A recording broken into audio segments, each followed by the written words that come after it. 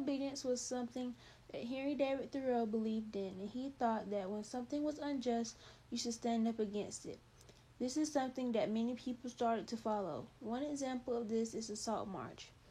This event was from March 12th to April 5th, 1930, and it was led by Gandhi. It all started when the British created the Salt Act of 1882. This caused the British to have a monopoly on the salt because it couldn't be produced or sold independently. This was bad for many of the Indians because it was a part of their everyday life and it caused them to suffer because of the large tax that was placed on it. Gandhi came back to India in 1915 because he wanted to help India gain independence back from Great Britain. He noticed that the Salt Act was unjust and started to disobey it. Gandhi started on his journey on March 12 of 1930 with several dozens of people leaving from Sabarmati to Dandi. On his way there, he stopped to talk to large crowds, and this caused many people to join him to Dandi.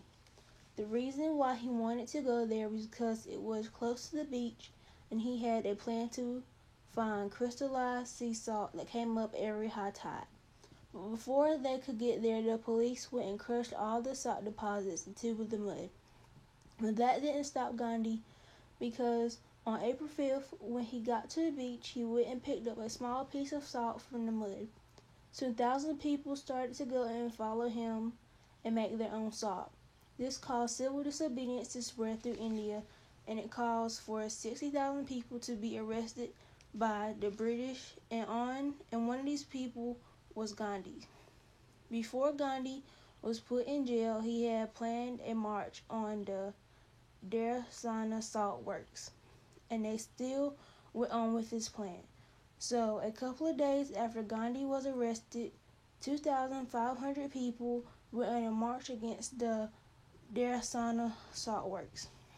The marchers were beaten by policemen, and this caused many of the Indians to go against the British rule. Gandhi was released from prison in January 1931, and he met with Lord Irwin, and they soon formed a truce. They formalized the Gandhi-Irwin Pact, and it was signed on March 5th. They agreed that if Indians could get an equal navigating role at the London Conference, then Gandhi would call off their protests. A year later, Gandhi went to the London Conference as a representative of the Indian National Congress. There wasn't much change, but the British leaders soon learned to acknowledge that Gandhi couldn't be suppressed or ignored, but they still had to go through a few more years of protests, and finally, in 1947, they were given independence. The Salt March is an example of civil disobedience because Gandhi stood up against the British government because he thought that the Salt Act was unjust. The way he went against this law was peaceful and didn't cause any harm against anybody. All they did was stand up for what they felt was right.